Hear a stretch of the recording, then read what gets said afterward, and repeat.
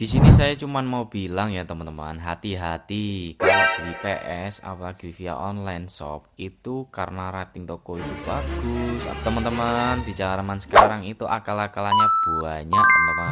Ini teman-teman harus tahu ya. Mungkin teman-teman salah satu di antara penonton ini pasti pernah mengalami beli di online shop tapi disuruh kasih rating 5 supaya garansinya nggak hangus dan sejenisnya. Kayak berupa ancaman gitu. Pernah nggak sih? Nah kalau enggak ya resiko nanti ketipu gitu kan. Soalnya kan barang PS3 ya, ini PS3 ya teman-teman, apalagi PS2, PS1 ini itu walaupun garansi 1 bulan, kardusnya bagus, plastiknya oke gitu kan, itu semuanya bekas teman-teman, jadi nggak ada yang baru di PS3 khususnya. Nah jadi ikuti 4 tips saya yang ini ya kalau teman-teman nggak mau ketipu beli PS ya, terlebih via online. Nah ini sering ini gitu kan, makanya simak videonya sampai selesai.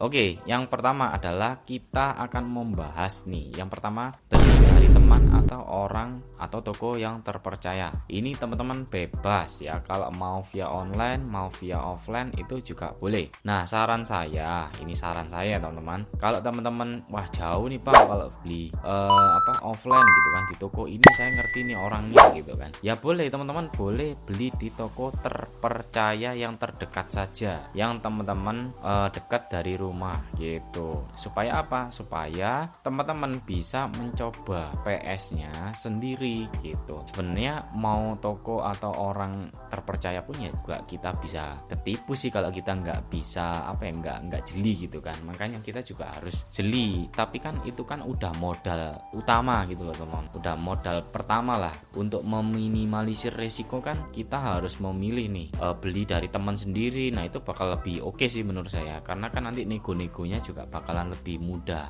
gitu kalau kenapa-kenapa. Dan ya kalau teman sendiri, teman rental nih ada yang jual PS gitu kan, atau temannya teman rental nih, nah itu kan bisa juga. Nah itu bisa juga tuh ya, itu kan cukup terpercaya juga kan kalau ada relasi dengan teman-teman gitu kan. Jadi untuk meminimalisir resiko itu loh teman-teman. Jadi modal pertama itu memang beli dari teman sendiri atau orang atau toko terpercaya yang terdekat dari toko dari rumahnya teman-teman, itu penting. Terus yang kedua adalah cek barang atau coba mainkan sebentar. Dikatakan sebentar ini berapa lama ini? Nah teman-teman ya boleh ini nego-negoan aja sama penjualnya. Ini saya coba nih, bisa bawa dulu misalkan loh ya 5 jam bisa nggak, 6 jam gimana, 1 hari bagus lagi kalau dites seharian penuh gitu kan, bagus lagi itu nanti bakal ketahuan tuh bobroknya di mana tuh kan, gamenya ngehang, macetan atau gimana itu nanti ketahuan.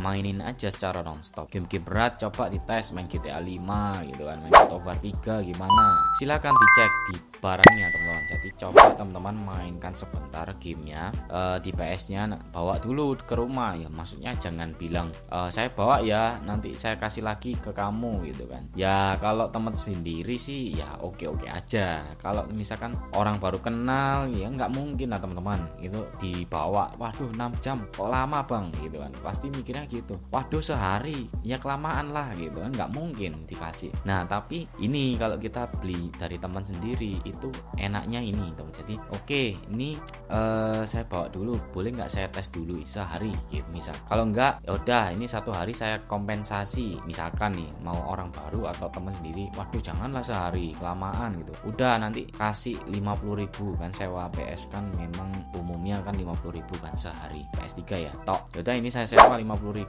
untuk ngetes gimana PS3 nya itu sebelum dibeli. Ya mending kita modal sedikit tapi bisa ngetesnya dengan dengan aman, nyaman gitu kan. Kalau kita sudah memastikan wah ini udah oke nih, menurut saya oke nih, dimainkan 10 jam 15 jam oke nih, nah sikat lah udah, nanti teman-teman bisa memutuskan sendiri.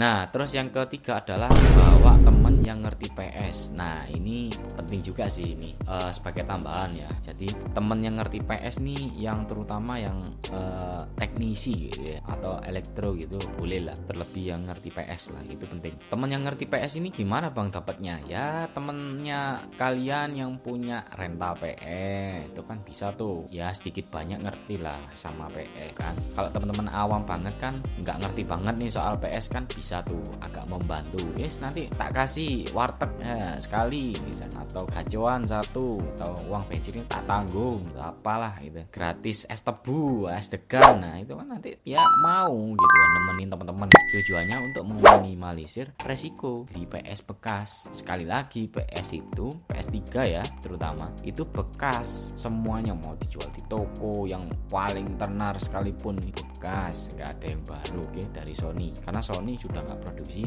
PS3 yang terbaru. Nah sekarang kan PS5 udah mau PS6 ini. Nah jadi gitu ya, udah ketinggalan memang PS3, tapi ya gitu, unitnya memang sangat banyak beredar, jadi ya kebanyakan memang bekas, import lah. Terus yang keempat adalah ya paling mending ya, ini udah cukup mending lah menurut saya, cukup mending lah ya dalam tanda kutip, adalah ya transaksinya via marketplace gitu kan, Shopee, di Tokopedia dan kawan-kawan. Tapi ada tapinya nih, ada toko-toko yang ya mainin rating lah, ratingnya itu dibagus-bagusin, dibagus-bagusin, itu banyak ya teman-teman. Permainan penjual-penjualan online yang kayak gini tuh banyak, jadi teman-teman perlu waspada. Jadi makanya saya bikin video review saya beli unit PS gitu kan, beli di unit ini, di toko ini. Itu saya murni karena memang sharing berdasarkan pengalaman teman-teman, bukan mau menjatuhkan atau mengasih gula, membumbu-bumbui seakan-akan saya tuh di endorse kalau membagus-bagusin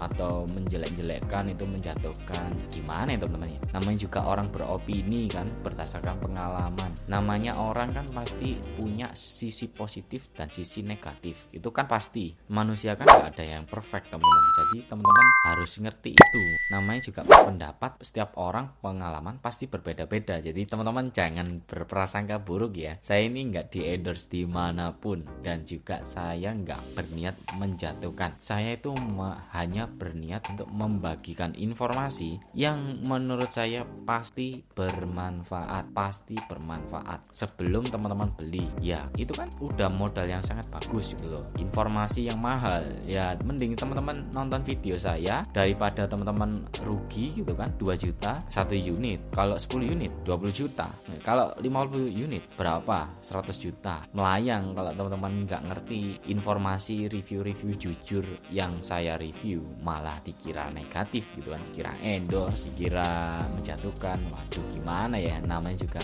review gitu kan. Review itu selalu identik dengan hal yang positifnya dibahas dan negatifnya juga dibahas, subjektif dan asli ya, nggak bikin-bikin.